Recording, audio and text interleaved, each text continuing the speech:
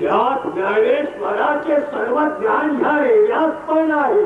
मग हा रेडा जर वेदाचे पठण करीन तर आम्ही सर्वस्वर सत्य मानू. गोविंद भटांनी दिलेला निर्णय सर्व ब्रह्मग्रंथांना मान्य आहे.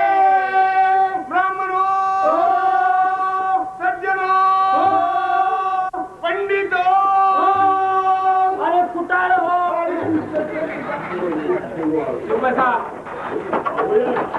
ज्ञानेश्वरा बाबा उद्देशाच्या वेळेस तूच मला विचारत होतो.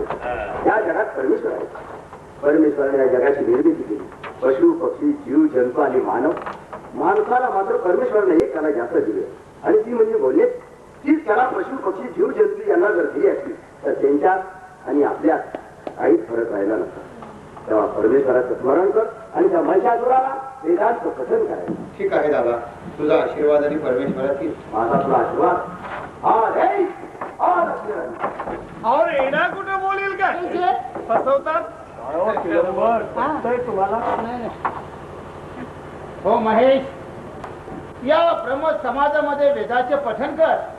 प्रथमतः ऋग्वेदापासून प्रारंभ कर.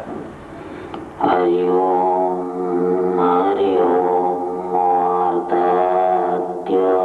शिवमे पुत्रुणावायाच इंद्रवतयामाशियार्वाचिन सुते मनः उत चक्षुषतमनो इंद्र भवन्तु.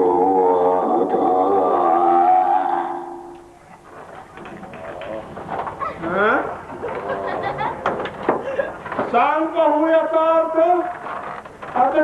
म्हणजे याचा अर्थ आपल्याला समजला. अरे बाबा ह्याचा अर्थ ह्यांना समजला असता तर तुला घेण्याची गरज भासली असती का. आम्हाला माहित आहे. आम्ही त्याला मुद्दाम विचारितो.